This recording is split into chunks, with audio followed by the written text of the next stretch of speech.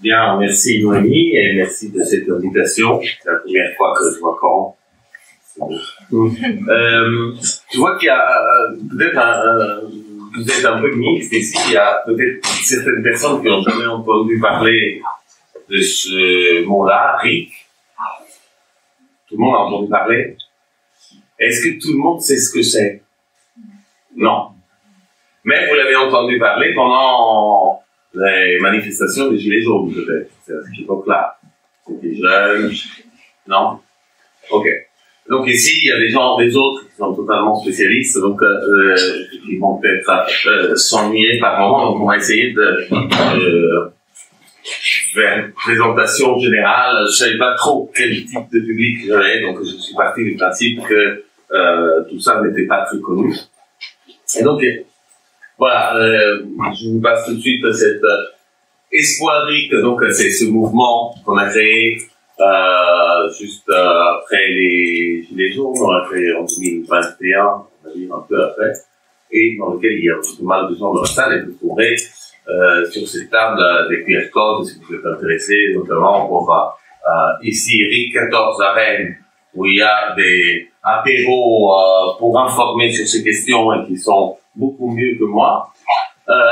Il y a aussi d'autres QR codes pour si vous êtes intéressé à signer des pétitions à l'Assemblée nationale. D'ailleurs, dans une semaine, les députés vont étudier notre proposition de loi que vous pouvez voir en direct sur le site de l'Assemblée nationale. Donc là, vous avez le lien, vous avez aussi le lien pour si vous êtes tout à coup fasciné par cette idée de vous dire allez, je me lance, je vais me mettre sur le groupe WhatsApp de tous les personnes qui défendent le RIC en France. Bon voilà, là aussi vous avez accès avec un petit QR code sur cette table. Et puis après, j'ai mis les images, évidemment, de ce que j'ai écrit là-dessus et de mon employeur, histoire que vous sachiez qui me plaît. Donc, je voulais commencer avec vous, avec cette question-là, de parler justement de la représentation. Qu'est-ce qu'on veut que nos représentants soient? Donc, il y a deux conceptions, peut-être vous les avez vues. Il y a une conception qui s'appelle d'ailleurs peut-être, je sais pas combien de gens ont fait un peu de la science politique classique, mais la première conception, c'est une théorie minimaliste, qui vient d'un type qui s'appelle Schumpeter, un Autrichien des années 40, et qui dit, bon, un représentant, ce que c'est quelqu'un qui est choisi et chassé, surtout chassé, par les gouvernés. Donc c'est un chef, comme un monarque, comme un dictateur, mais qui a la propriété qu'on peut régulièrement le voter pour quelqu'un d'autre. Ça, c'est la conception minimaliste. L'autre conception, c'est d'envisager les représentants comme un service public qui s'occupe de gérer nos problèmes à notre place, mais seulement quand on les y autorise. C'est-à-dire, évidemment, la base de l'affaire, c'est que la décision vient directement des gens, et ensuite, les représentants, juste, essayer de travailler, de faire des propositions. Naturellement, si personne ne les conteste, ces propositions vont être mises en place. Mais si quelqu'un les conteste, on va voter tous ensemble. Donc, en fait, les citoyens, ce sont les décideurs, et les représentants, ce sont comme un avocat quand vous vous défendez dans un procès, ou un architecte quand vous voulez fabriquer votre maison, des gens qui vont essayer de faire des propositions pour que vous passiez pas un temps fou à vous occuper des affaires publiques. Mais encore une fois, c'est pas eux qui décident. Et cette conception, c'est une définition plus maximale de la démocratie, qui est que les gens qui subissent les règles, c'est eux qui devraient les faire. Okay, donc c'est beaucoup plus exigeant. Donc, c'est deux visions différentes. Et j'étais curieux de savoir, bon, j'imagine que si je dis qui préfère la B, c'est la maximaliste, hein. La A, c'est la minimaliste. Vous avez reconnu, la A, c'est là où on vit aujourd'hui en France. Et donc, il y a trois options. Généralement, on peut dire on préfère la minimaliste, juste chasser nos chefs. La maximaliste, deuxième option, ben, on la préfère. Ou la troisième, c'est de dire, bon, je préfère la maximaliste, mais bon, elle n'est pas très réaliste. Et donc, bon, restons sur une conception plus minimaliste. Je ne vois pas comment ça pourrait être mis en place. Est-ce qu'on fait un petit sondage? Qui vote A, la première? Ah, ça c'est possible. Et qui vote B? Ah, ben ça c'est. Et qui vote C? Ah, très bien. Vous êtes quand même deux. Donc il y en a plein qui disent bon, c'est faisable, mais il y en a deux ici à qui je m'adresse spécifiquement dans la slide suivante, qui se disent c'est sympathique, mais tout ça, ça me paraît un peu utopique. Voilà. Donc, maintenant, pour dire comment elle n'est pas utopique, je vous explique juste comment ça marche un système politique qui est à côté de chez nous. Vous savez, la Suisse, je pourrais vous raconter d'autres, hein, le Uruguay par exemple, mais je vous raconte comment ça se passe en Suisse, juste. Pour ceux qui pensent que c'est très irréaliste. Premièrement, en Suisse, vous verrez, il y a trois mécanismes, trois institutions qui font que les parlementaires et le gouvernement ne décident jamais de rien. Autrement dit, ils n'ont le dernier mot sur rien. Alors, première règle, chaque citoyen en Suisse peut soumettre une révision de la Constitution s'il recueille un référendum, s'il recueille 2% du corps électoral. En Suisse, c'est 100 000. Alors, qu'est-ce que ça veut dire? C'est que chez nous, qui a le droit de proposer des lois? C'est le gouvernement, le président et des parlementaires. Okay, c'est 1000 personnes. Juste, on passe la frontière, et là, c'est l'ensemble des 8 millions en Suisse. Tout le monde peut proposer quelque chose, et s'ils atteignent 2%, ils votent. Et si ça passe, c'est directement dans la Constitution. Alors, on pourrait dire pourquoi tout de suite le mettre dans la Constitution. La raison est précisément pour empêcher que le Parlement ensuite puisse le changer. Puisque le Parlement peut faire une loi simple, mais il ne peut pas changer la Constitution. La Constitution, c'est juste par le vote collectif. Donc vous voyez, c'est un système dans lequel qui est conforme un petit peu à certaines intuitions qu'on a dans le nôtre, c'est-à-dire nous on ne conçoit pas que le gouvernement qui est rapide comme ça, qui décide à 3-4 personnes, soit supérieur au Parlement, qui est plus large, plus inclusif. On n'aime pas ça, non? Eh ben, en Suisse, on n'aime pas que le Parlement soit supérieur à l'ensemble de la population. Il y a juste un ordre. Plus c'est inclusif et plus c'est lent, et plus les décisions sont importantes. C'est pour ça qu'elles sont constitutionnelles. Première règle. Deuxième règle, quand on veut changer, le Parlement peut proposer des changements constitutionnels, bien sûr. On peut le faire, mais on vote derrière. Ça s'appelle le référendum obligatoire, on va le revoir. Ça veut dire on ne change pas la Constitution sans qu'il y ait votation. Pour une raison simple, c'est que un changement constitutionnel, c'est quelque chose d'important, qui va nous engager pendant très longtemps, et donc, par conséquent, il faut l'accord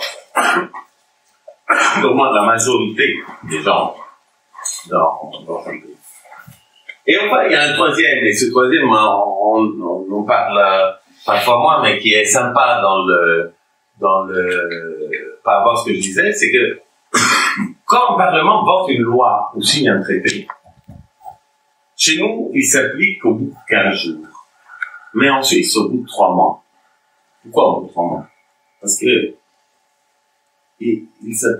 pendant 3 mois, les Suisses peuvent recueillir 50 000 signatures, et donc 1% de l'électorat, pour dire, non, cette loi ou ce traité, on veut le voter. Donc il n'y a pas une seule loi qu'on ne peut pas bloquer directement. Et donc le Parlement, vous imaginez, le Parlement suisse, c'est des gens, maintenant on dit toujours les Suisses, ils sont très consensuels, mais ils sont obligés à l'être. Parce que le Parlement, il doit dire, bon, est-ce qu'il y aura personne qui nous lance une pétition pour annuler notre loi? Et donc, il va voir les gens, il va leur dire, est-ce que vous êtes d'accord avec ce que je fais? Et c'est pour ça que le pays devient exactement l'opposé de ce qui est le nôtre. C'est un pays dans lequel le Parlement s'intéresse à ce que pensent les gens, parce que les gens derrière, ils peuvent fonctionner. Donc, vous voyez ici, le modèle est typiquement un modèle maximaliste, c'est-à-dire un modèle où on n'élit pas des chefs puisqu'ils ne décident rien, ils proposent. Et évidemment, s'ils font une loi et il n'y a aucune pétition contre, de 1%, bon, ben, la loi passe au bout de 3 mois. Mais ça ne veut pas dire qu'ils ont décidé, ça veut dire que personne s'y oppose. Voilà, donc l'arbitrage citoyen est clé. Et alors, on peut dire, bon, je vous ai fait l'exemple de la Suisse, mais souvent on dit, oh, la Suisse est petit, il n'y a pas beaucoup. La France est grand. Et on a des exemples de grands aussi qui fonctionnent comme ça, même si c'est pas, il faut le dire, au niveau national. C'est la Californie. La Californie, vous savez, c'est un État, mais les États-Unis, c'est très, très fédéral. Donc, chaque État a sa propre constitution. Et décide de plein de choses, de la police, de l'école, et là, la Californie, ça marche pas avec nous. Enfin, pareil que la Suisse. Là aussi, les Californiens décident eux-mêmes sur l'ensemble des choses constitutionnelles. On a d'autres pays, les petits, Liechtenstein, l'Uruguay, qui est devenu appelé la petite Suisse en Amérique latine, et qui est le pays, l'exemple de stabilité démocratique et prospérité non inégalitaire, ce qui est très rare en Amérique latine. Et 1942, qui a vécu aussi une dictature militaire, mais vous savez, l'Uruguay avait le référendum obligatoire aussi, donc les militaires ont pris le pouvoir, et puis après ils ont voulu changer la constitution, mais pour la changer, il fallait voter les gens. Et les gens ont dit non, on ne veut pas. Donc les militaires ont dû partir, et ils sont partis plus vite que dans d'autres pays, parce qu'il y avait cette réponse massive des gens qui ne voulaient pas une dictature, alors que d'habitude on demande à personne. Voilà, on a Taïwan là récemment que leur parlement a été envahi par les Taïwanais en disant maintenant ça suffit, hein, on ne veut pas que vous décidez à notre place, on veut que vous bossiez pour nous, mais pas que vous décidiez pour nous. Et comme il y a la menace de la Chine à Taïwan, si en plus le gouvernement a des oppositions internes, ça se passe pas bien. Donc ils ont tout de suite concédé, contrairement à nous, et ils ont mis effectivement un rite constituant. Donc là, on va traduire. En Suisse, ici, ça s'appelle, le premier, ça s'appelle l'initiative populaire, et le deuxième, le référendum obligatoire. Et en France, grâce aux Gilets jaunes et à Yvan Bachot qui a tout renommé, ça s'appelle le RIC constituant. C'est ça, le référendum d'initiative citoyenne constituant, c'est-à-dire il y a l'initiative, la possibilité avec 2% de signatures de créer un référendum. Il y a un référendum, parce qu'après on vote, et il est constituant parce que ça permet de changer directement la Constitution. Celui-là, en Suisse, en revanche, ça s'appelle donc la possibilité de bloquer une décision quelconque du Parlement au bout de 3 mois. Ça s'appelle le référendum facultatif, comme par en Suisse. Et en France, donc ça s'appelle le référendum abrogatif. C'est-à-dire ça permet d'abroger. Voilà, donc ça c'est un modèle que, quand il y a eu les manifestations des Gilets jaunes, a eu beaucoup de succès parce que les Gilets jaunes étant avec des avis différents sur plein de sujets, ils se sont retrouvés sur le fait de dire au moins on va choisir un moyen légitime de prendre des décisions et de se mettre d'accord. Et ils étaient bien ambitieux parce que à l'époque c'était le rite cadre constitutionnel, abrogatif, mais en plus législatif et révocatoire. Alors que là, on est devenu plus modeste. L'idée, c'est de dire juste, on veut le premier, on veut le rite constituant, on veut juste l'équivalent de l'initiative populaire. Pourquoi? Parce que quand les gens peuvent changer eux-mêmes directement la Constitution, après, ils la changent. Bon, quand il y a un gouvernement qui abuse, on évite, on vote tout de suite. Je prends un hasard de 49-3. Ça, c'est tout de suite, il y a une votation là-dessus. Donc, la Constitution, l'idée, c'est qu'elle évolue avec le temps, dès lors qu'on laisse les gens maîtres du sujet. Ok. Pourquoi on va développer. Alors, l'idée, c'est de développer un petit peu les débats qu'il y a là-dessus. Mais peut-être, je voudrais dire tout de suite que ce qui me frappe le plus, c'est la raison pour laquelle ce RIC touche beaucoup les gens qui rentrent dedans. C'est que c'est pas tellement l'idée qu'on va réellement voter, parce qu'on va le faire avec le RIC, mais aussi ce qu'il y a au milieu. C'est-à-dire que quand vous allez voir un service public, ou alors quand vous vous adressez à un député, c'est très différent quand vous pouvez ensuite lancer un référendum pour dire, par exemple, qu'un député qui vous répond pas, il doit payer une amende de 5 000 €, par exemple, ou alors que le service qui vous traite mal, on va le changer, le refonder pour qu'il soit plus efficace. Les gens, on nous traite pas pareil, voilà, quand on a le pouvoir. Et donc, généralement, même quand il n'y a pas ces référendums, il y a ce respect du fait que, attention, quand je reçois une personne, un électeur, je reçois un souverain, en fait, celui qui peut dire, moi, j'ai entendu quand j'étais à Genève, les gens qui étaient dans le bus trop plein, ils doivent faire une initiative, quoi, c'est pas possible, là, les bus sont trop... Tout de suite. Et ça, c'est le slogan de Gaël, râler ou décider. Voilà, ça c'est le bon slogan. Et oui, à Genève, personne ne râle. Tout le monde se dit, bon, on va faire des signatures, change, parce que ça n'a pas l'air de bien marcher. Et aussi, autre anecdote qu'on a vue, c'est le maire avait bloqué la rue pour faire des photos. Et là, les gens disent, ça va pas, non, pas toi la rue. Ils sont passés quand même. Et là, le maire n'a rien fait, parce que si on envoie les policiers à protester, ils perdent leur travail après. Les maires et les policiers. Voilà. C'est différent. Avoir quelqu'un en face qui peut lancer une initiative et qui peut décider du salaire du maire. D'ailleurs, les premières initiatives aux États-Unis, c'est tout sur les revenus des élus. Qui peut décider du salaire des fonctionnaires, des fonctionnements des services publics. Ça, c'est quelque chose de très important pour que tout le monde se sente pris en compte. Bon, alors, je voulais vous montrer un glissement, parce qu'aujourd'hui, on en est à, alors même si aujourd'hui, il n'y en a que 2 personnes qui ont pensé que c'était irréaliste, mais et je le comprends, parce que très souvent, on pense que quand on décrit, c'est pas possible. En fait, c'est tout ça. Et donc, pourquoi on pense que c'est pas possible? Justement, je vais voir des manuels scolaires. Ça, c'est un manuel au hasard, hein. Je n'ai pas choisi, hein. Qui disent la chose suivante. La démocratie, alors voilà, c'est bien sûr Athènes, ça tout le monde l'a dit. Athènes, c'est la démocratie directe et tout ça. Mais bon, lorsque se pose à nouveau la question de la place du peuple dans le gouvernement, la démocratie directe n'est plus possible. Le 18e siècle n'est plus possible, c'est ça ce qu'on apprend à nos enfants.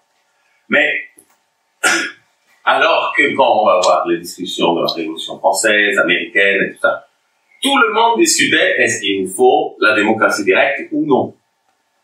Ils disaient même pas la démocratie directe, ça on dit aujourd'hui, ils disent la démocratie ou le régime représentatif.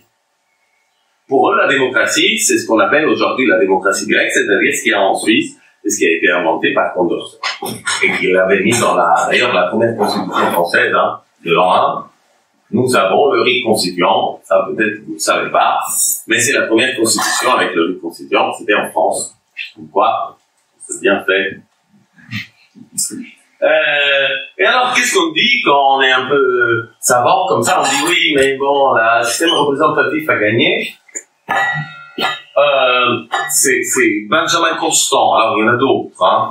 Bon, le grand méchant, c'est Yes, mais bon, je vous fais pas un truc historique, mais Benjamin Constant, c'est celui qui a fait l'argumentaire important pour dire, avant, il faut un système représentatif. Je voulais résumer ici l'argumentaire. Il dit, les individus pauvres font même leur affaire. Les hommes riches prennent des intendants. C'est l'histoire des nations anciennes et des nations modernes. Le système représentatif est une procuration donnée à un certain nombre d'hommes par la masse du peuple qui veut que ses intérêts soient défendus et qui néanmoins n'a pas le temps de les défendre toujours par lui-même. Vous voyez, l'idée c'est de dire, bon, à l'époque, à Athènes, c'était petit, tout le monde, et la division de travail, c'était pas très forte, c'était pas très prospère, alors qu'aujourd'hui, on est tous des spécialistes de quelque chose, et donc, on délègue, voilà, à des intendants. C'est plus adapté au système moderne. Mais, vous avez remarqué ce mot important de Constant. Eh oui, il a écrit toujours là-dedans. C'est-à-dire, il a dit, en fait, on a besoin de représentants.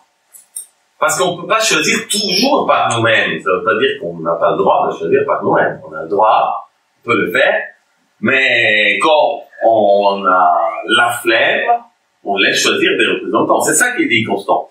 Et à l'époque, c'était ça l'idée, et c'est pas le cas, ce qu'on vit aujourd'hui. C'est ce que vivent les Suisses. Les Suisses, ils signent pas pour une loi de leur Parlement. Bon, la loi va rentrer en vigueur. Et ils font comme dit Constant. Ils disent, j'ai pas le temps de m'en occuper, je fais confiance. Très bien. Mais ils peuvent, par contre, signer. Alors qu'en France, ça marche pas, ils n'ont pas le temps de les défendre toujours. Parce que, simplement, on n'a pas le temps de le défendre jamais. On n'a pas le droit de le défendre. On n'a pas le droit de décider par nous-mêmes. C'est juste ça.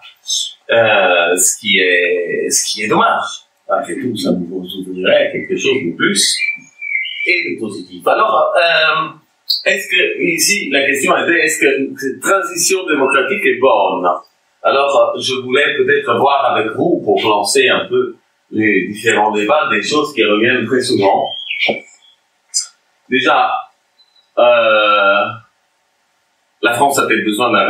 C'est mal posé cette question, je l'avais corrigée dans le train, mais c'était pas la bonne version. La question est, en fait, est-ce que la France a besoin d'être réformée? C'est facile, mais je voulais quand même vous montrer quelques raisons. Peut-être vous n'y avez pas pensé, même si vous en avez sûrement plein, que oui. Deuxième question est, mais est-ce que il faut la réformer dans ce sens-là? Est-ce qu'il faut dans le sens de la démocratie directe, de la référendum d'initiative citoyenne? Donc on va voir d'abord. Est-ce que nos compatriotes sont d'accord? C'est une question importante. Qu'est-ce qu'ils veulent, eux, après tout? Est-ce que notre culture, c'est une culture adaptée à ce système? Voici une autre objection qui peut revenir. Est-ce que c'est compatible? On est dans l'Union européenne. Après tout, est-ce qu'on peut choisir tout Paris, la Suisse n'est pas. Voilà. Donc, on en parlera aussi. Et ensuite, est-ce qu'il y a un risque de tyrannie de la majorité? Est-ce que 70% des gens peuvent décider d'en exterminer 30? Ça, la question, en gros, est-ce qu'on donne le pouvoir? Voilà. Et enfin, est-ce que les gens votent mal? Est-ce que les deux derniers sont assez similaires? Est-ce qu'on peut faire confiance, finalement, aux gens? Donc, c'est un peu long. Et en plus, moi, je m'étais engagé pour 1 heure. Donc, on va pas en faire chacun très long. Je vais préparer juste des petites choses à voir par rapport à ces questions. Donc, la première question, est-ce que la France a-t-elle finalement besoin d'être réformée? Et alors, ça, je sais pas pour ceux qui sont à Sciences Po, mais je trouve que quand on assiste à des cours, on entend un peu toujours une chose bizarre. Voici la chose bizarre. Est-ce que les gens font confiance dans les partis politiques? Alors, vous remarquez que là où ils font le plus confiance, c'est en Norvège, et c'est seulement 37%. Vous voyez, si vous comparez à, par exemple, la confiance dans, je sais pas, les hôpitaux ou la police, sont tous beaucoup plus hauts, les partis politiques, personne ne fait confiance. Donc, il y a quelque chose de pourri dans les systèmes représentatifs, Mais ça, je ne vais pas vous parler de ça, mais on sait ce que c'est. Hein. Par contre, comment? Dans la police, c'est les oui, je vous assure. Alors, en France, c'est très bas depuis les événements qui se passent, mais en Europe, mais c'est pas bas, c'est plus haut que la Norvège sur les partis politiques. En France, on est sur 45%, ce qui est très bas pour la police, hein, en Europe. Et non, les partis politiques sont vraiment... Bon, mais les pauvres, c'est pas non plus leur faute. C'est le système qui veut ça. Alors, vous voyez que quand même en France, mais même derrière les Italiens, quoi. Déjà, les systèmes représentatifs marchent pas très bien, mais alors en France, c'est la catastrophe. Et alors, là où je voulais en venir, c'est de dire, bon, on a tendance à dire le problème, c'est que les gens font pas confiance.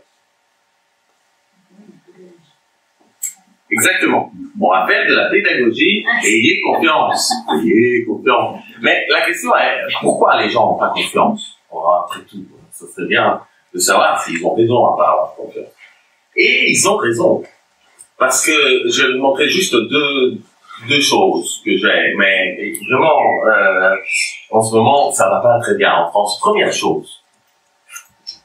Je vous montre, dans un système donc représentatif, il y avait des élections. Et il y a toujours ce petit problème, c'est que les gens pauvres s'abstiennent plus que les riches. Là, vous pouvez pas le lire, mais je vous explique, ne vous inquiétez pas. Donc, c'est le vert. La question est, quel est l'écart entre combien votent les riches et combien votent les pauvres?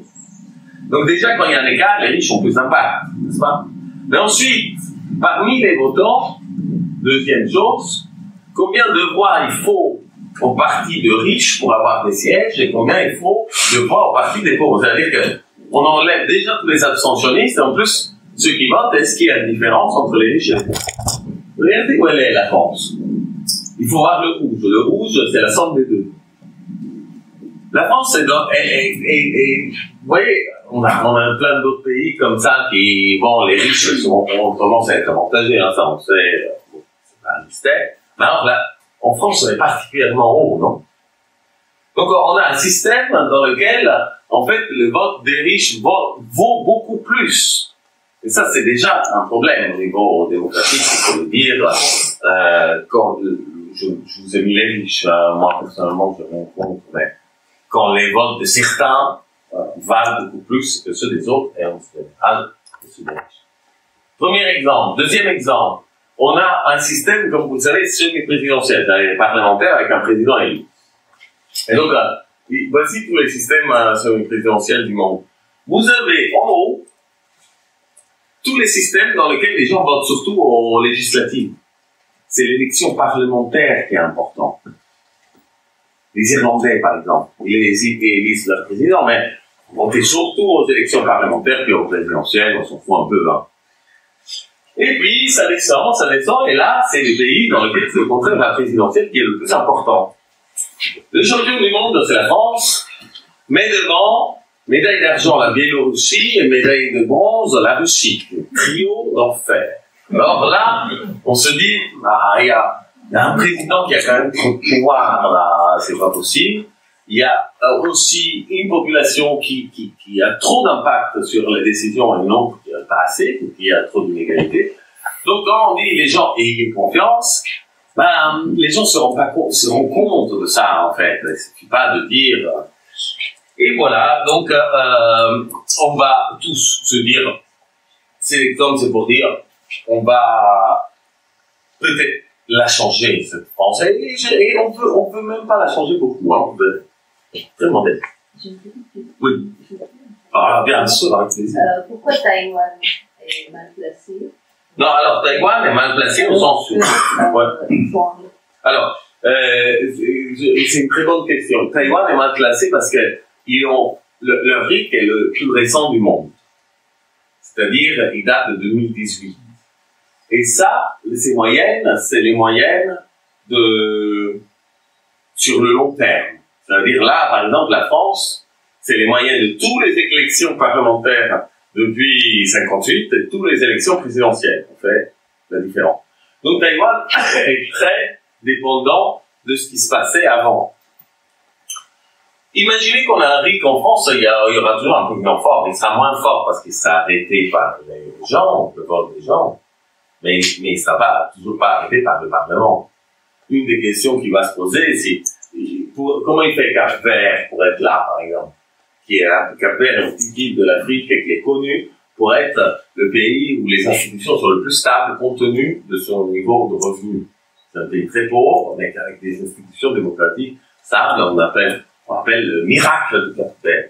Bon, il a une petite idée sympa, il a fait que c'est comme en France, l'élection du Parlement, l'élection du président, il a mis l'élection du Parlement avant, tout simplement, puis le président juste après. Et donc les gens, le Parlement devient, c'est là qui attire toute la campagne, c'est là que ça importe. La présidentielle, c'est les candidats des partis qui. Donc ça le rend plus stable que la France. Donc ces petites réformes, c'est des bonnes choses, mais ces petites réformes sont possibles du moment où les gens peuvent voter. Et peuvent se dire, on ne veut pas un président si fort. Et après, s'ils se disent, finalement ça nous va, c'est pas plus mal non plus, parce que arbitre et permettre. Donc voilà, j'ai digressé, j'ai eu tort, mais Taïwan est aussi haut parce que l'Afrique est très récent. Très, très récent. Alors, maintenant, on va dire, qu'est-ce que les gens veulent, non? Moi, par exemple, pendant longtemps, je pensais, avant les Gilets jaunes, que je savais que c'était le meilleur des systèmes. Je les avais étudiés tous, c'est ça. Mais, si les gens sont pas intéressés, ils sont pas intéressés. Hein. Tant pis pour eux. J'ai découvert qu'ils l'étaient, en fait. Et il était, on l'a vu dans les rues avec les Gilets jaunes, mais puis il y a eu des sondages. Ça, c'est nous qu'on a commandé à l'effort sur cette question. La question, seriez-vous favorable ou opposé à ce que 700 000 citoyens puissent soumettre à référendum une révision d'un article de la Constitution? Okay. Va être plus explicite, n'est-ce pas? Et là, on a 73% des gens qui ont dit oui. On a même les détails, je ne les ai pas mis parce qu'ils sont fastidieux, mais c'est intéressant. Parce que plus on vit loin des pouvoirs, plus on est pour. Dans les villages ruraux, on touche presque 90% de oui. Alors qu'à Paris, on est à 60%. Et en plus, si on est à Paris, mais ingénieur, on est à 55%. Donc, bon revenu, haut diplôme, Paris, c'est tous des facteurs qui baissent le soutien au RIC, c'est-à-dire tous les gens qu'on voit à la télé. C'est pour ça qu'on a l'impression, il n'y en a pas beaucoup de gens qui soutiennent, en fait, ils sont tous juste en dehors des gens qui ont la parole. 61 même ont dit que pour eux c'était important dans leur vote lors de l'élection présidentielle en 2022 on l'a fait. Donc il y a une autre organisation plus tard en 2023 qui disait bon nous on est plutôt pour la convention citoyenne qui s'appelle démocratie ouverte. Alors on va se faire choisir les gens qu'est-ce qu'ils veulent vraiment. Et donc ils ont fait avec OpinionWay notre institut de sondage cette question. D'abord ils ont posé la question est-ce que selon vous il faudrait changer les institutions de la France, 82% de gens qui ont répondu oui, c'est énorme. Et ensuite, ils ont posé la question, qu'est-ce que vous préférez avec un système, je ne sais pas si vous connaissez, où vous pouvez répondre très bien, etc. Vous connaissez le jugement majoritaire, ça s'appelle. Et est-ce que vous préférez comment changer les choses avec le RIC constituant, convention citoyenne, constituante élue ou une commission transpartisane? Vous avez vu que la commission c'est médiocre, les autres plus, mais c'est le RIC constituant encore qui arrive en tête, malgré le fait que parfois on ne sait même pas ce que c'est. Voilà, donc c'est sûr que on peut dire bon bah, si les gens le veulent et particulièrement ceux qui n'ont pas de pouvoir, moi ça me paraît un argument suffisant déjà pour dire bon bah, au moins ils vont en parler. Troisième question, s'agit-il d'un système adapté à la culture française? Alors, je vous ai un peu dit tout à l'heure cet aspect, et parfois on dit ouais mais les Suisses c'est comme ça, les Suisses ils votent bien, ils sont sages, les Suisses, les Uruguayens un peu moins sages, mais ils sont sages quand même. Bon, donc la chose, ouais, et c'est là que voilà, vous avez entendu, hein, je suis pas français à l'origine, et c'est vraiment touchant, les Français. Parce que ils ont passé leur temps à demander le RIC. Alors, je vous l'ai dit, à la Révolution française, ils ont fait la Révolution et ils voulaient prendre directement des décisions. Alors, vous pouvez voir cette magnifique constitution qui a été faite de l'an 1, qui était encore plus belle au départ, celle de Condorcet. Et puis après, elle a été changée par les Montagnards, et ils ont gardé le RIC. Elle a été suspendue pendant la Terreur. On est en situation d'urgence, on connaît ça. Et bien, Napoléon arrive et il dit, j'en fais une autre. Voilà. Et donc voilà, Napoléon. On avait pourtant bien joué. Alors, à l'époque, ceux qui étaient pour la démocratie directe, d'ailleurs, on les appelait les enragés. Oui. Toujours des noms très... Mais, Condorcet, c'était pas un enragé parce qu'il était un marquis, mais lui, il était aussi, souvent favorable, mais c'est l'inventeur du RIC constituant, en fait. Même dans son mécanisme, l'idée qu'on initie. Et donc, en fait, et c'est d'ailleurs, les Suisses le savent. Ils disent, ah ben, on a le truc du Condorcet, on a importé aux Français, ça. Nous, parfois, on dit, c'est pas notre culture, mais eux, ils disent, c'est les Français, en fait. Ils nous ont vendu un truc bien, bon, ils n'ont pas acheté eux-mêmes. Bon, en 1848, même chose, révolution à nouveau en France. Alors, les gens demandent la démocratie directe. Et en particulier, il y a tous les mouvements fourriéristes qui font venir en France Maurice Rittinghausen, vous avez probablement jamais entendu, mais qui est un Prussien et qui était très connu, lui aussi très connu en Suisse parce que il a proposé la version qui est en fait l'usage, celle de Condorcet un peu vieilli, un peu compliqué. Alors que lui, c'est le système qui est utilisé effectivement en Suisse, donc ils se sont directement inspirés de lui. Il est très connu et il est prussien, mais il écrivait en français et en France. Pourquoi il est venu en France? Pas parce que la France était un pays d'une ouverture incroyable. C'est parce que les Français étaient ouverts. C'est pour ça qu'il était dans tous les réseaux pour guérir. Ça me rappelle, moi, quand je vous ai dit, même devant les Italiens, d'origine, je suis italien. Moi. Quand cet été, je suis allé en Italie, et un monsieur m'a dit, vous êtes où en France? Ah, mais c'est génial, j'adore la France. Ah bon, pourquoi? Je dis, ben parce que eux, au moins, ils se font marcher sur la tête, mais ils protestent.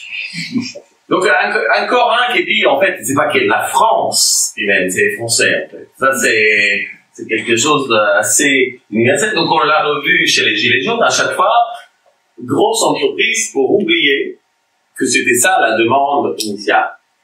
Alors, aux Gilets jaunes, même, on se dit, oui, mais on n'a pas l'habitude de voter.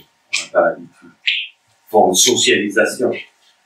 Mais eux, les Californiens, au début, il y avait 80% d'analphabètes quand ils ont eu le RIC en 1893.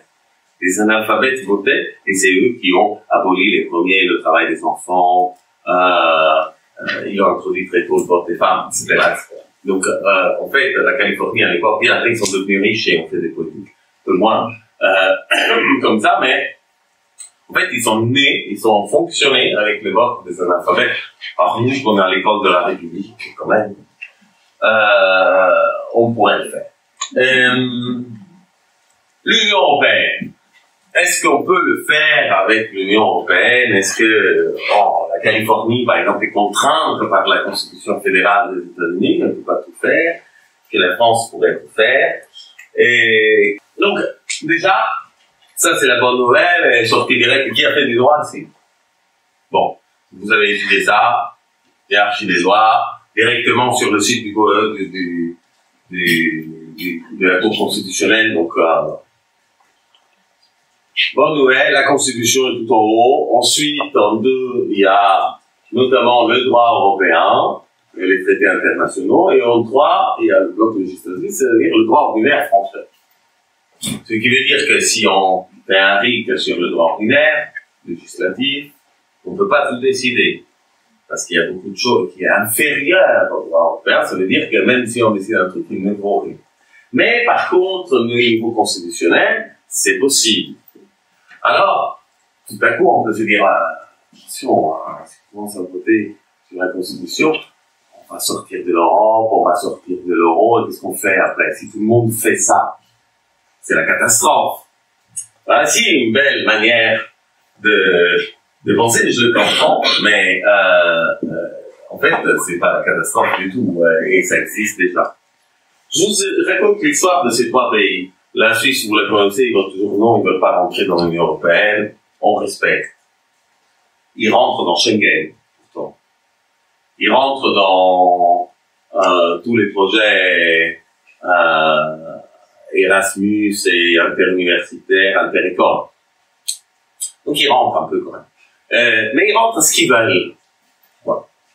Il y a deux autres pays, le Danemark et l'Irlande, qui sont des pays qui n'ont pas l'initiative des citoyens, mais ils ont le référendum obligatoire. Donc, toutes les fois qu'il y a un traité européen, ils sont obligés de voter. On ne peut pas passer comme nous à travers. Ils doivent faire voter. C'est les seuls deux pays avec la Suisse. Et les deux ont accepté d'être dans l'Europe, dans l'UE. Mais bon, les Danois ont dit non, l'euro, nous on ne veut pas. Pas d'euro. Les Irlandais, ils aimaient beaucoup l'Europe, ils ont voté oui à chaque fois, jusqu'en 2005, là, ils ont dit non. Et comme ils ont dit non, ils ne pouvaient pas dire, bon, bah, faites-le passer par le Parlement. On a fait chez nous. Alors, ils ont dit, bah, qu'est-ce qu'il leur faut aux Irlandais pour qu'ils votent oui? Et donc, ils leur ont donné plein de opt-out, c'est-à-dire des régimes spéciaux. Alors, régime fiscal, par exemple, ils s'enrichissent beaucoup avec ça.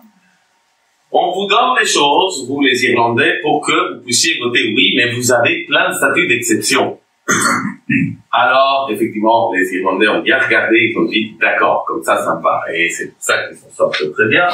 Et les Danois aussi, c'est les deux pays qui ont le plus de statuts d'exception, mais ils sont dans l'Union européenne. Alors, on se dit, mais comment ça, c'est des pays Union européenne à la carte? Mais oui, nous, on n'est pas habitués. Nous, on croit qu'on doit dire oui à tout ou non à tout. Mais c'est faux, en fait. La plupart des pays européens font pas ça. Et particulièrement, ceux qui ont les gens qui votent directement sur les traités. Est-ce que c'est mal d'avoir un peu une Union européenne à la carte? Au moins, on pourrait dire que quand on voit quels sont les peuples qui trouvent qu'ils ont une image positive de l'Europe, on trouve les Irlandais en première position et les Danois en troisième. Bon, les Portugais se sont glissés au milieu. Je dis pas que c'est peut-être à cause de ça, mais il y a quand même un lien quand on peut directement voter et qu'on peut refuser des choses et accepter des choses. Ce n'est plus une Europe qui se fait sur le dos des gens, c'est une Europe qui est choisie par les gens et donc logiquement ils se trouvent en tête et ils sont assez satisfaits. C'est vrai que leur Europe, eux, ils l'ont choisi, non? Là, c'est ceux qui, en revanche, ne peuvent pas choisir. C'est moins bon, non? Ça risque d'imploser, tout ça.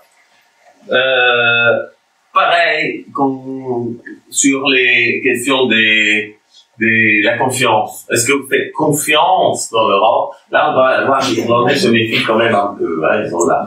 Les Danois, ils sont revenus. Donc on les retrouve toujours là-dessus. Voici des gens qui n'ont pas peur de l'Europe, mais c'est normal. Ils votent. Voilà.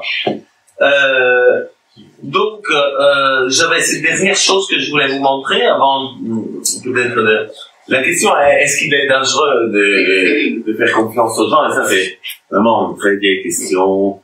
Alors, je vous ai montré un truc, mais il y a tellement de choses à montrer ici. Mais ce qui est sympa, tout d'abord, c'est aller voir qu'est-ce que disaient les gens quand il y avait le suffrage universel. C'est très sympa parce que les gens se battaient pour que le suffrage soit riche et pauvre. Pas encore les femmes, hein, c'est pas. Enfin, ça dépend des pays. Mais, et alors, qu'est-ce qu'ils disaient les éminents chercheurs comme Maine en Angleterre? Mais en France, il y avait Flaubert, par exemple. Flaubert qui disait le peuple est un éternel mineur. Surtout pas élargir le vote. Ben, lui, il disait, je tiens pour certain que si durant 4 siècles nous avions eu dans notre pays un droit de vote très étendu, donc suffrage universel, au lieu d'un vote restreint, donc le suffrage censitaire des riches, eh ben, ça aurait été fait de la réforme religieuse, de la révolution dynastique de 1689, de la tolérance pour les dissidents, et même de la réforme du calendrier. Vous imaginez la catastrophe. ah, si tout le monde vote, ça va être horrible. Plus personne n'oserait tenir un discours comme ça, non, je pense, aujourd'hui. Mais par contre, on ose tenir celui-là. Ça, c'est un député du Modem, qui est lors d'un débat à l'Assemblée sur le RIC, parce que bon, il y a eu beaucoup de... On les fait débattre, bon. Il dit la chose comme ça, sincèrement, avec votre RIC, est-ce que la loi Veil aurait été adoptée, l'abolition de la peine de mort aurait été votée, le mariage pour tous, certainement pas. Voilà. Donc la même chose qu'avant, chaque fois, c'est la vision de l'élu comme un visionnaire, en fait, alors que les électeurs, eux, qui les ont élus. Donc il y a ce miracle-là qu'on comprend pas bien. Les gens qui les ont élus sont plus réactionnaires, mais les élus, eux, sont très progressistes. Et ben, grâce à ce miracle, ces lois passent, au demeurant très en retard par rapport au reste de l'Europe. Mais quand même, si on attendait les gens, ça serait la catastrophe. Et ce discours-là est appuyé par quelques exemples. Par exemple, celui-là. Alors ça, c'est choquant, hein. Je ne sais pas si vous saviez. En Suisse, le vote des femmes, au niveau fédéral, attention, hein, pas à Zurich, mais au niveau fédéral, c'est en 1971. Voilà. 27 ans avant la France, et là, c'est autant de dire, c'est les hommes qui votaient. C'est pas facile ensuite de... Regardez le Colorado, ça c'est un des 4 États américains qui ont une constitution, qui le pratiquent beaucoup. Il y a encore la peine de mort. On ne peut pas l'abolir sans le consentement des gens. Donc, voilà. Et tout ça, ça fait rétrograde, c'est sûr. Mais bon, il faut remplir le tableau.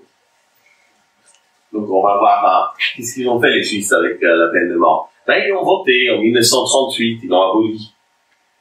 Non 43 ans avant nous. Je pense qu'on l'aurait aboli à cette époque aussi. Hein. Dans les années 30, c'était très impopulaire. Mais le Sénat était contre. Et le Colorado, il a fait quoi avec le vote des femmes? Regardez. 1893, les hommes ont voté par référendum l'élargissement du vote aux femmes. 51 ans avant nous. Donc voilà. Il faut prendre tous les exemples. Une fois qu'on a pris tous les exemples, est-ce que c'est pire, c'est mieux? Il y a des choses où c'est clairement mieux. Et voici. C'est mieux parce que c'est plus stable. C'est-à-dire que les décisions importantes sont prises par l'ensemble de la population, alors que chez nous, les décisions importantes sont prises par quelqu'un qui ensuite perdra les élections, et celui qui n'est pas d'accord avec lui va reprendre des décisions importantes. Pour ceux qui tiennent, par exemple, à la transition écologique, comment on peut l'avoir si on ne peut pas s'engager sur le long terme? Donc quand les gens votent, on peut s'engager. C'est créé de ces pays qui sont hyper stables. On a pris une décision, peut-être que l'opinion bouge, mais au moins on ne la fait pas bouger exprès en créant l'alternance. L'alternance, c'est très très bien pour la gestion des affaires courantes. Quelqu'un gère mal quelque chose, on élit quelqu'un d'autre, ça c'est très bien. Mais par contre, pour les décisions de long terme et importantes, c'est presque absurde quand vous y pensez, non?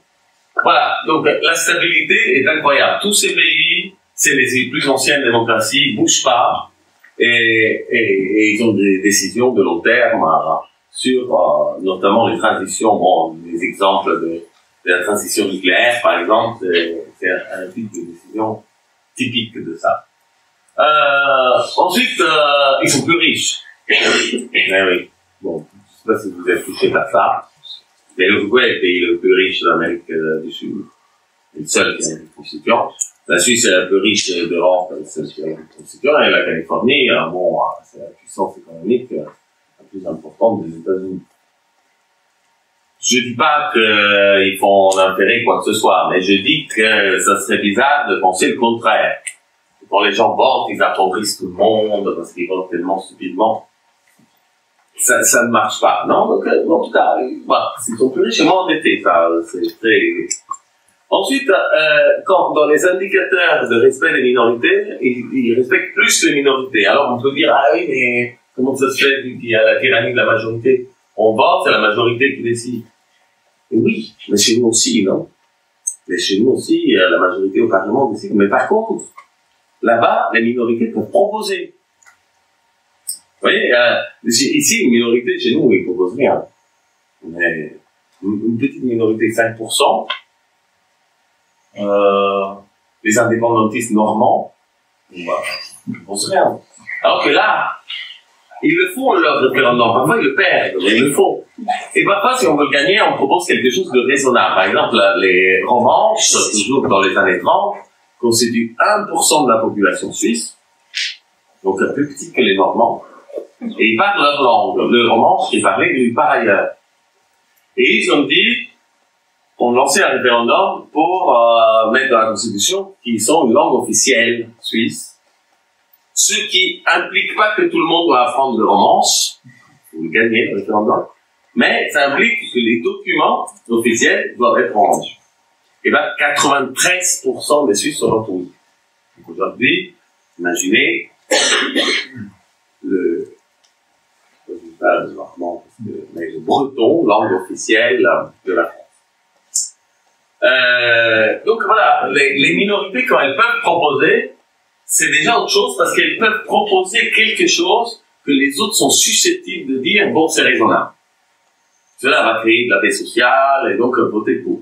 Évidemment, si on propose quelque chose d'un peu trop ambitieux, tout le monde doit se mettre en romance, bon, genre, on va voter non. Et c'est comme ça que ça se passe. Et enfin, les gens sont plus satisfaits. Bon, ça, c'est un fait important parce que, mais lié simplement au fait que un des éléments importants du bonheur, de la satisfaction de la vie, c'est la capacité à maîtriser son existence. Quand on ne la maîtrise pas, ça va pas. Et quand on la maîtrise, ça va même quand ça va mal. On est au pilote. Donc ça, c'est un moyen pour contribuer à maîtriser l'existence. Et on dit à tout le monde, voilà, vous avez la confiance entière de votre pays pour pouvoir initier une idée qui vous paraît bonne et pour vous les voter. Voilà, ça, c'est quel gage de confiance. On est normalement plus satisfait, c'est normal qu'on trouve ce résultat. Donc on va dire, ok, on va tout changer dans la Constitution, 6e République. Alors là, on peut se calmer tout de suite. Parce que là, on est en train de vendre quelque chose de très, très beau, très utopique, mais qui consiste en un changement de 44 mots dans la Constitution. C'est pas compliqué. Il suffit d'aller sur un article qui explique comment on change la Constitution. C'est l'article 89. On va voir qui a l'initiative. Ben, les parlementaires et le président. Bon, ben, on ajoute les citoyens. C'est tout. Et est-ce que les citoyens doivent voter? Oui. C'est écrit, la révision est définitive après a été approuvée par référendum. Ah, chouette, on peut voter en France. On ne savait pas, hein, parce que, il y a écrit juste après. Toutefois, le projet de révision n'est pas présenté au référendum lorsque le président de la République décide de le soumettre au Parlement convoqué en congrès au 3/5e. Toutefois, non, c'est une situation qu'on fait de temps en temps. Hein. Combien de fois on l'a fait? On a changé 23 fois la Constitution. Combien de fois on a utilisé le toutefois, selon vous? 22. Hein? 22. Ouais, oui. Bon. 22 sur 23. On a voté une seule fois sur le quinquennat en utilisant l'article 89. Donc ça, c'est pas bon, là. D'ailleurs, vous pouvez voir hein, sur le site comment on fait des pétitions. Les parlementaires sont obligés de discuter de ça, parce qu'ils doivent discuter de cette loi. Ils disent non, mais quand même, le Parlement, c'est important pour les révisions techniques. Hein. Ils disent toujours ça, les révisions techniques. Alors, dernièrement, on a quand même révisé sur l'IVG, le droit. Ben, c'est pas technique, non? On n'a pas dit quand est-ce qu'on a le droit d'avorter. On a juste garanti une liberté. Normalement, c'est même ça, c'est trop technique pour nous. Hein. Donc voilà, il suffit de l'abroger, ce truc. Comme ça, après, on a un référendum pour toutes les révisions constitutionnelles et un droit pour chaque citoyen de la proposer. Voilà, c'est pas compliqué, il n'y a pas besoin. On a toujours l'impression que quand les choses vont très mal, il faut tout changer. Parfois non, parfois il suffit de changer un petit truc qui ensuite va remettre dans le bon sens l'ensemble des affaires. Voilà, je m'arrête là. Comme ça, on peut discuter un peu si vous avez des questions, des objections, des arguments. Et puis après, on explique.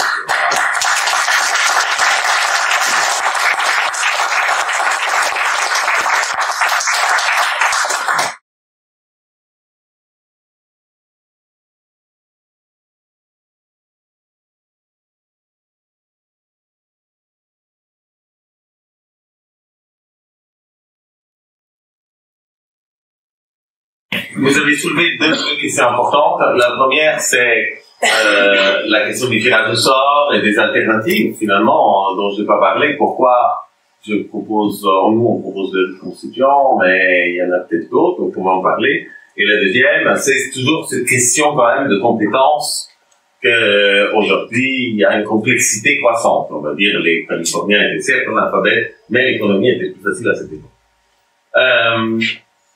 Donc, sur le premier point, qui est un point important, c'est vrai que le tirage au sort a pas plus de succès, comme je vous ai montré chez les gens normaux, mais a plus de succès chez les gens diplômés. Toujours avec cette idée de dire, bon, le tirage au sort, on va former. Et moi, je suis pas hostile au tirage au sort. Mais, faut voir que c'est, comme vous l'appelez démocratie directe, ça ne l'est pas. Tirage au sort, ce n'est pas la démocratie directe. C'est de la démocratie représentative. Sauf que les représentants, au lieu d'être élus, ils sont tirés au sort. Il y en a toujours peu, c'est toujours une minorité. Ils représentent les autres ont zéro droit. C'est-à-dire, ils sont tirés au sort, ils n'ont même plus le droit de vote. Ils ont juste, ils ont le droit d'être tirés au sort. Mais ensuite, la plupart du temps, on n'est pas tiré au sort. Et là, on peut rien faire. Donc, c'est pas de la démocratie directe. C'est juste une meilleure façon d'appréhender la représentation. Une meilleure, d'ailleurs, ça se discute, mais sûrement, pour beaucoup de choses, elle est meilleure. Donc, on parle de choses différentes. Alors, parfois, on entend parler les gens qui parlent du tirage au sort comme si c'était quelque chose de similaire à la démocratie directe. Pourquoi? Parce que le raisonnement est de dire, oui, certes, c'est des représentants tirés au sort, mais ils sont comme vous, ils sont comme les citoyens, alors que les élus ne sont pas du tout comme vous, mais moi, ils sont comme moi aussi, les élus. Juste des gens qui ont décidé de se présenter. Ils sont un peu longs de bois, mais après tout, les universitaires aussi. Donc, c'est pas aussi différent un élu qui est un citoyen comme un autre et un tiré au sort qui est un citoyen comme un autre. Les deux, c'est des citoyens. Les seules propriétés qui les distinguent, c'est de pouvoir représenter tous les autres citoyens, alors que les autres citoyens ne peuvent rien dire. Donc, moi, on peut très bien les faire coexister, mais si vous êtes une chose de dire, je suis pour le tirage au sort, mais le RIC aussi, quand même, il faut garder, hein, parce que ça, c'est le droit de tous les gouvernés. C'est pas les droits des représentants, c'est les droits qui subissent la politique. Et si vous dites, moi, je préfère le tirage au sort, mais je veux pas le RIC, voilà, vous êtes dans le camp des gens qui disent que ces droits ne doivent pas être élargis et qu'il faut réserver ça à une petite élite, fût-elle tirée au sort, qui ont comme seule propriété favorable de tirer au sort. Voilà. Ça, je m'imagine que probablement vous n'êtes pas d'accord, mais ça, c'était ma réponse. Concernant le deuxième aspect, que l'économie, c'est difficile, on peut pas... Je vais dire une chose simple, mais encore une fois, faisons la comparaison. On a un pays gouverné par un banquier, je vous laisse deviner, et un autre gouverné par des citoyens incompétents. Ils sont frontaliers. Le banquier nous a endettés incroyable, et on connaît une croissance qui stagne, alors que les gens qui ont voté, naturellement, on est en train de parler de la Suisse, ils connaissent, même pendant le Covid, une capacité à ne pas s'effondrer. Pourquoi? C'est vrai que ça paraît bizarre. On a un banquier, il devrait être meilleur que les Suisses. Et bien, la raison, c'est que notre banquier, il est formé en économie. Mais c'est pas lui qui perd quand ça va mal. Ah oui, il décide de son propre salaire. Et les parlementaires aussi. J'ai rien contre, si ce n'est que quand du coup, ils sont mis dans une situation d'irresponsabilité. Parce que si ils amènent le pays à la ruine, c'est pas eux qui vont payer les pots cassés. Alors que, quand les gens votent, ils font attention quand même. C'est quand même leur argent. Voter mal, on apprend très vite l'économie comme ça. Quand les conséquences c'est sur nous, on apprend vite. Donc voilà, ça c'est une explication qui permet parfois de dire attention parce qu'il n'y a pas que la compétence, il y a aussi le fait d'être sûr que quelqu'un, il n'est pas en train de faire des élucubrations, quelqu'un il tient vraiment à faire le bon choix.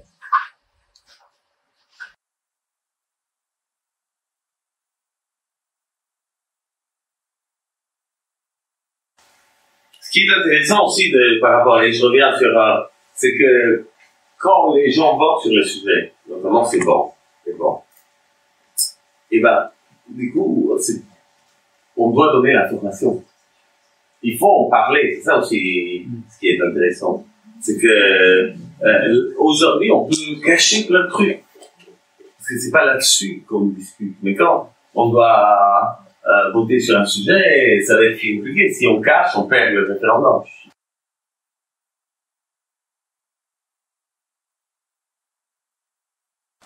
C'est ça, en 2005, c'était très fort, c'est le moment. Et d'ailleurs, là aussi, c'est marrant parce que les Français sont devenus meilleurs en Europe depuis qu'ils ont voté, mais pas aussi bons que les Suisses qui sont pas en Europe, mais qui connaissent, sont les meilleurs dans les statistiques de connaissance de fonctionnement de l'Union européenne. Pourtant, ils sont pas dedans. Le meilleur, parce qu'eux, ils ont voté 3 fois, non juste 2.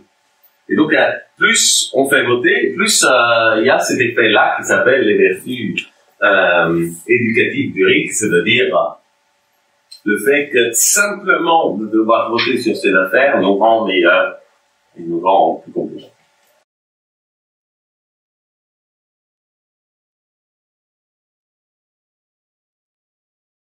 Alors, que faire? Alors, nous, alors, sûrement, il y a de quoi améliorer et je compte sur toi, hein. Mais, quand on a concocté cette petite expérience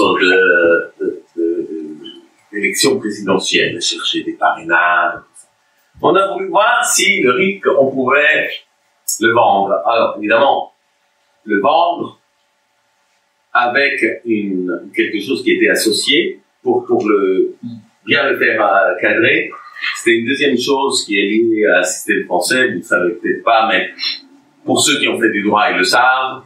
Le système français, la Ve République, dit explicitement que le président est un arbitre et garant des institutions et en aucun cas il ne gouverne. Bon. Là, tout le monde le sait, hein. Si vous parlez à un ministre quelconque, il dit oui, c'est vrai.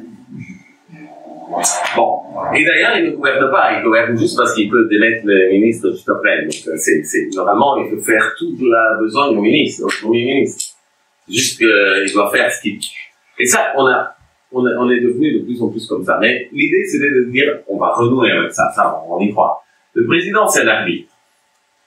Il y a des citoyens qui votent, des parlementaires, des minorités, etc. Le président doit faire en sorte qu'il n'y a personne qui se tape sur la tête. Et si le président commence à ne plus être un arbitre, et les gens se tapent sur la tête, un match de football sont arbitres.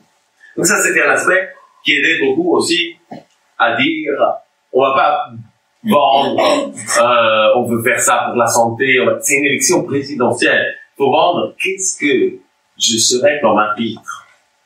Comment je garantis que les ministres et le Parlement ne s'empiètent pas? C'est ça, qu'on devrait parler.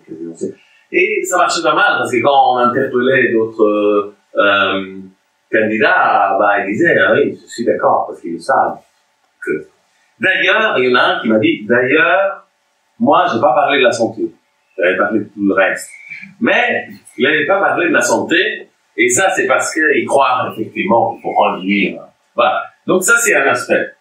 Et puis, le deuxième aspect, on a quand même suivi ton conseil, c'est quand tu vas dans le site Espoir-Ric, il y a des sujets. Tu peux cliquer sur l'économie, l'immigration, l'Europe, l'énergie. Il y a plein de sujets comme ça. Et l'idée, c'est de dire comment le RIC permet de faire marcher mieux l'économie, de réguler l'immigration avec moins de conflits et plus d'équité, avec l'Europe avoir un rapport plus simple, comme on a discuté aujourd'hui. Donc il y a il y a tout ça. Ça demande d'être amélioré, bien sûr, si tu n'es pas convaincu. Mais l'idée, c'est ça. C'est au lieu de dire, je veux faire ça, ça avec son bâton de pèlerin, enfin, on dit, bon, bah, en changeant les règles du jeu, comment ça va améliorer tous les aspects d'un programme classique. Voilà. En fait, ça améliore à peu près tout, voilà, d'une manière générale. Pour une raison simple, c'est que souvent, c'est mieux de prendre une mauvaise décision tous ensemble, plutôt qu'en prendre une, mais personne n'y croit, contre la vie de tout le monde. C'est une bonne question, d'ailleurs, oui. La réponse était là, tout à l'heure. Mais, alors, en Suisse, il y a une règle générale qui dit que plus on vote, plus on a d'occasions de voter et moins on vote. Parce que on va pas voter toutes les semaines. Et c'est le cas en Suisse. Et dans tous les pays qui ont un RIC, parce que, sauf l'Uruguay, parce que leur seuil est un peu haut, donc ils votent pas aussi souvent. Mais, c'est-à-dire, en moyenne, les votations, c'est à 45%. Et jusque-là, ça pourrait paraître une bonne nouvelle. Mais maintenant, je vous donne une mauvaise nouvelle. Mais je vous donne l'autre affaire qui est une bonne nouvelle. Qu'est-ce qui nous gêne dans l'abstention? C'est un peu ce que j'avais montré. Après tout, si les gens ne veulent pas voter, c'est pas grave. Mais ce qui nous gêne, normalement, c'est que si les groupes s'abstiennent plus que d'autres, et c'est toujours les mêmes qui s'abstiennent, ben, la politique ne tiendra pas compte de leur intérêt. Donc, c'est un cercle vicieux, et ils vont se faire, à chaque fois, exploiter. C'est ça qui est ennuyeux dans l'abstention. C'est pas le fait que quelqu'un s'abstient, c'est le fait que c'est toujours les mêmes qui s'abstiennent. Or, ce qui est intéressant, c'est que dans les référendums, l'initiative citoyenne, c'est pas toujours le même. Parce que les référendums touchent des sujets différents, non? Un jour, j'étais allé à Lausanne et ils étaient en train de voter s'ils voulaient fermer ou non les bureaux de tabac à côté de la gare. Pourtant, ils étaient très animés, hein, quand ils discutaient, ils étaient en désaccord. Donc, parfois, il y a des sujets mais il y a d'autres sujets qui nous touchent, n'est-ce pas? Ça dépend de vos intérêts et de votre vie, en fait. Peut-être, quand vous n'avez pas d'enfants, un sujet sur les crèches, bon, et puis, ce qui fait que les gens qui ne votent jamais sont très très rares. C'est pas toujours les mêmes qui votent. Et ça permet de rééquilibrer. Il faut savoir, bon, hein, un référendum unique, il y a beaucoup d'abstention, mais le Suisse moyen, et même le Suisse qui vote peu, vote beaucoup plus qu'un Français. C'est ça le point. Et alors, juste pour terminer ça, il y a même un article intéressant sur qui d'ailleurs donne du crédit à l'idée du tirage au sort aussi, mais pas en remplacement du RIC, attention. C'est que le RIC existait beaucoup au début du siècle dernier. Et notamment en Suède, au niveau des municipales. Les municipalités, à l'époque, avaient beaucoup de pouvoir. Là, beaucoup de pays ont enlevé le RIC en échange de suffrage universel. On va faire voter les pauvres, on va au moins leur enlever la possibilité de voter eux-mêmes les lois, parce que soit l'un, soit l'autre, on peut pas... Et donc, c'est ce qu'ils ont fait en Suède. Ok, on fait voter les pauvres, mais alors, de l'autre côté, vous n'avez plus de RIC. Dans les grandes villes, bien sûr, au début, dans toutes les villes, il y a eu des protestations incroyables, et alors ils ont dit, ok, dans les grandes villes, c'est interdit, dans les petites, faites comme vous. Et donc, on a eu toutes ces petites villes dans lesquelles il y avait le suffrage universel. En Suède, il était vraiment universel, hein, parce que c'était les pauvres et les femmes, la même année, 1920. Mais les femmes et les hommes allaient voter dans 2 bureaux de vote différents. Et donc, cette pratique un peu bizarre, ça nous permet aujourd'hui de savoir combien votaient les femmes, et combien il y avait d'abstention chez les femmes et les hommes. Et c'est intéressant parce que les femmes, toujours quand ils ont obtenu le droit de vote, elles votaient moins que les hommes. Et il y a 2 théories pour expliquer ça. La première, c'est de dire qu'elles votaient moins parce qu'elles n'avaient pas l'habitude. La théorie de la socialisation. Quand on a le mot socialisation, la plupart du temps, elle est faux, hein. Mais dans ce cas-là, elle est un peu vraie, mais très peu. La deuxième théorie, c'est que les femmes ne vont pas voter parce que les candidats étaient des hommes. Ça ne parlait pas trop, quoi. Un peu comme les jeunes ne votent pas aujourd'hui parce qu'il y a des vieux.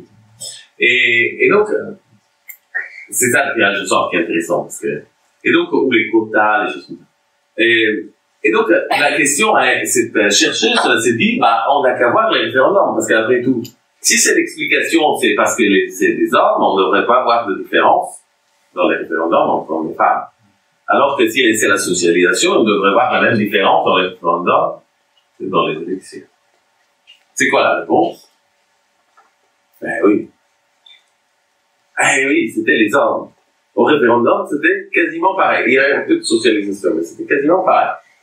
Donc, c'est ça qui est intéressant et qui rejoint ce que je vous disais tout à l'heure. C'est-à-dire, les élections, étant donné qu'elles sont très influencées par le profil de qui se candidat, toujours les mêmes personnes, c'est-à-dire des gens qui n'ont pas des gens qui leur ressemblent, qui vont pas voter. Et alors qu'au référendum, c'est pas ça. C'est les sujets qui votent. Donc ça, c'est, je pense que l'abstention est moins importante. Voilà.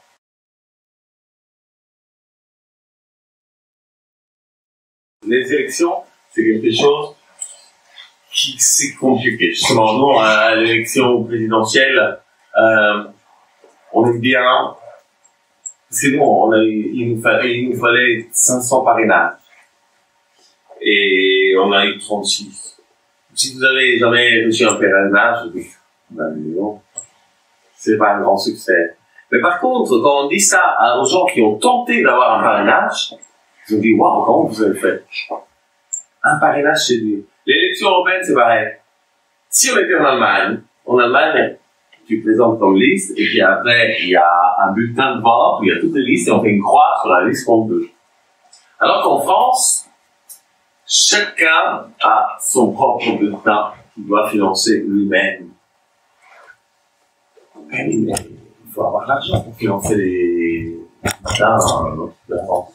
Les listeries, comme aussi plein d'autres listes qui se sont allées comme ça, la fleur au fusil, à 100 bulletins, avec un truc qui dit, alors vous imprimez chez vous un bulletin, en format 70, parce que c'était pour l'écologie.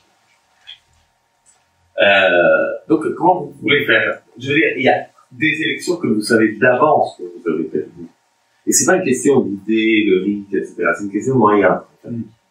Et donc, une fois que vous connaissez les règles du jeu, vous pouvez vous dire, on est candidat, mais quel but on va poursuivre? Si on n'a pas de moyens, on a zéro chance. C'est juste ça. Mais on peut avoir des chances. Par exemple, la présidentielle, c'était non plus. C'était pas de passer les parrainages. C'était de quelqu'un qui passe les parrainages reprendre le rythme constituant. C'était le cas d'ailleurs. Parce que 36, c'est quand même pas mal. Et donc, on a eu un candidat un peu foufou qui s'appelle Jean Lassalle, qui a repris l'ensemble de nos revendications. Il en a rentré en contact. Et même, il a suivi même une petite idée pour faire. On s'était dit, pour faire, il y a des gens qui ne votent pas, qui n'ont vraiment pas confiance. Donc dire, allez, qu'on serait élu, je vais faire le constituant, et on peut se plier. Mais je me suis dit, en France, c'est clair, le mandat impératif n'est pas possible. Mais un contrat de droit privé pourrait arranger les choses. C'est-à-dire, je m'engage sur mes biens, si je ne vais pas mettre le rite constituant comme ça, un référendum, cet événement déclenchera un don de tout mon patrimoine à telle association. C'est ce qu'il a fait, Lassalle. Il a trouvé ça drôle et il a pris un notaire et vous le trouvez sur YouTube, dans son truc, voilà, le rite constituant qui était celui-là qu'on lui avait écrit. Donc, on a fait, ça joue pas beaucoup, on aurait aimé que ce soit quelqu'un qui avait plus de voix. Mais vous voyez, on ne peut pas aller à une élection en disant juste, moi je soutiens ça et on va voir combien de Français m'auront. Non, il faut dire aussi, est-ce que quelle télé va nous inviter, combien on a de millions de financeurs. C'est une histoire, hein.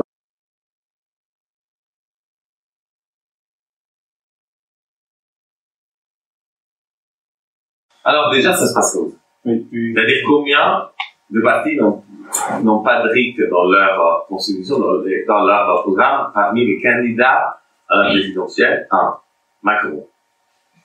Tous les autres en avaient.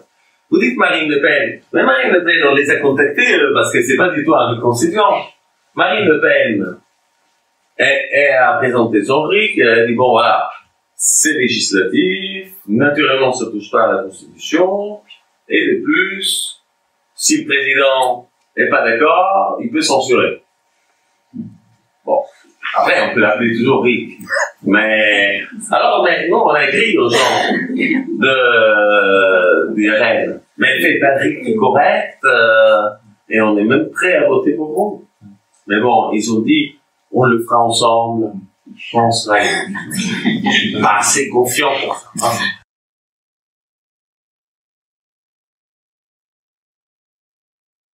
Je pense parce que c'est plus difficile de ne pas respecter une décision au niveau quand c'est très petit. C'est-à-dire il y a la pression naturelle. Tout ça, le Danemark s'en sort très bien sans RIC parce que tu vois ton ministre acheter le pain. Voilà. Et donc ils n'ont pas, en tout cas, eu besoin de le faire, de créer ces deux niveaux qui, en revanche, sont très importants au niveau fédéral. La question est, est-ce que les gens votent égoïstiquement, après tout, et chacun fait son propre intérêt, ou alors c'est vraiment très beau. Je pense qu'il y a un peu des deux. Et quand je vous ai pris l'exemple et il y en a d'autres, d'ailleurs, qu'on suit aussi, de la reconnaissance du romanche. J'ai parlé de 20% de la population, donc c'est typiquement un truc que les gens n'ont pas voté égoïstement sans le suivre. Sur ce truc-là. Ici, là, ils avaient dit non, ça fait un petit peu un bon en plus, juste pour satisfaire 1%. Donc, il y a des cas comme ça où c'est assez clair qu'il y a un enjeu de société et chacun y va de ses propres avis. Par exemple, le nucléaire aussi. La sortie du nucléaire planifiée sur 22 ans, voilà, c'était voté, oui, bon, les gens, il y a eu un débat public pour savoir si c'était bien ou pas. Et puis, il y a des autres enjeux qui sont très, au contraire, est-ce que je gagne, je perds? Et bon, dans ces enjeux-là, quel sera le résultat? Le résultat, c'est déjà pas mal, c'est une décision dans laquelle la majorité des égoïstes est contente plutôt que la minorité des égoïstes. Voilà. Je veux dire, il faut le voir comme ça, c'est pas le monde idéal, hein. Je vous vends pas la Suisse comme monde idéal. Mais je vous vends quand même ce système comme une possibilité de l'obtenir. Et peut-être que la France ferait beaucoup mieux là-dessus. Donc voilà, disons qu'il y a des votes égoïstes, ça c'est sans aucun doute. Et parfois on a des décisions comme ça. Juste on sait les intérêts majoritaires. Mais c'est moins de le cas. D'ailleurs, la dernière référendum qu'il y a eu en Suisse, c'est par rapport au vote, par rapport aux retraites. Parce que en Suisse, ils ont fait des réformes de retraite qui ont été acceptées d'ailleurs. Les référendums ont été rejetés. Donc des réformes un peu plus dures. Mais là maintenant, il y avait une crise économique et ils ont vu que ça allait pas bien les retraités, les petites retraites, alors ils ont voté pour un 13e mois. Paf, comme ça, 13e mois en retraité. Imaginez, ça c'est assez énorme. 13e mois, ça profite à une minorité. Et ça coûte à la majorité. Ça n'est pas plus. C'est quand même. Alors on peut dire, on sera tous vieux un jour. On sera content un jour d'avoir notre 13e mois.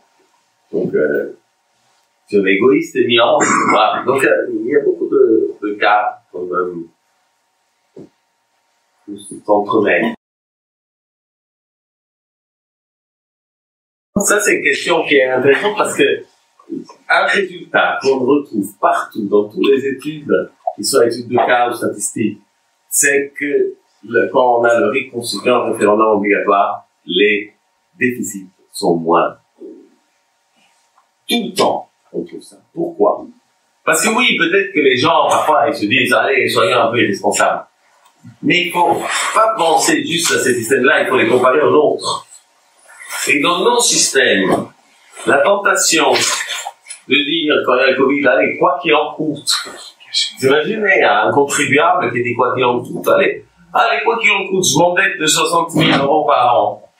Bah, il dira, c'est pas ça. Mais le président, lui, il s'endette pas. Donc, il peut dire quoi qu'il en coûte. Il peut dire, on fait les Jeux Olympiques. C'est une bonne idée, hein? Ah, c'est visible, comme ça. Je serais le président des Jeux Olympiques. Et pendant ce temps-là, nous, on sait pas, mais on est en train d'acheter un petit appartement. D'accord. Mais on l'a pas. Mais le même prix. On paye le même prix. On est endetté, quoi. C'est ça, aussi, le problème. C'est-à-dire que si, pour quelqu'un qui décide à la place des autres, c'est beaucoup plus facile d'endetter que pour celui qui ensuite est. Donc, dans l'ensemble, c'est logique qu'il soit le moins endetté. Même si de temps en temps, on soit un peu irresponsable, et heureusement, hein, on va pas toujours compter nos sous. Absolument. Avec une part de l'impôt sur le revenu et une part de la TVA. Et d'ailleurs, ça, quand on perd, si on veut perdre un référendum, on n'est pas besoin de le dire, hein, tu vois, je te dis. Si on veut perdre un référendum, on ne dit pas comment on finance les gens de panique. Il faut avoir derrière aussi un plan de financement. Et la question de la TVA et de l'impôt sur le revenu est importante, parce que ça détermine qui va payer. En fait, il y a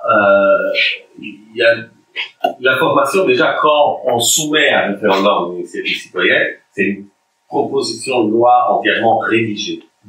Alors, en Suisse, il y a aussi l'option de dire, on pose une question juste, et s'il passe, c'est le Parlement qui va la rédiger. Mais personne ne le fait. Tout le monde préfère la rédiger soi-même. Ça existe. Enfin, c'est écrit dans la Constitution, mais c'est pas employé. Donc, de fait, le seul qui est employé, c'est la rédaction complète de la proposition, qui fait que si elle passe telle quelle sur... Alors, il y a quand même des contraintes, et les contraintes, c'est ce qui s'appelle l'unité de la forme et l'unité de matière. L'unité de matière, c'est le point le plus important. C'est qu'on n'a pas le droit de faire une proposition de loi qui traite de deux sujets différents. Par exemple, je dis, on va allonger les vacances pour tout le monde quand il fait beau, et en plus on augmente le salaire de Raoul. C'est deux choses différentes. Je ne veux pas mettre un truc comme ça. Donc, si je veux les deux, je fais deux propositions. Et donc, on peut l'invalider, une proposition, pour cette raison.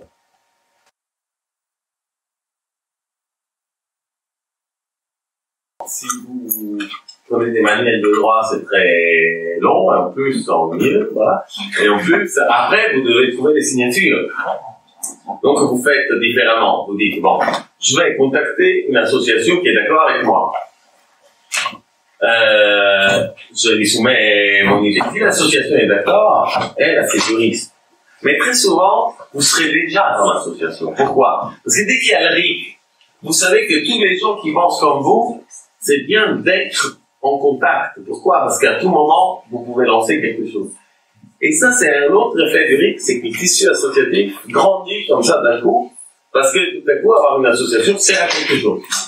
Et donc, très souvent, c'est comme ça, vous lancez l'idée, mais ensuite, c'est à plusieurs que vous travaillez, puisqu'il faut faire une campagne, des signatures, il faut l'écrire correctement, et il y a toujours un juriste dans le nom qui va dire, voilà, comme ça.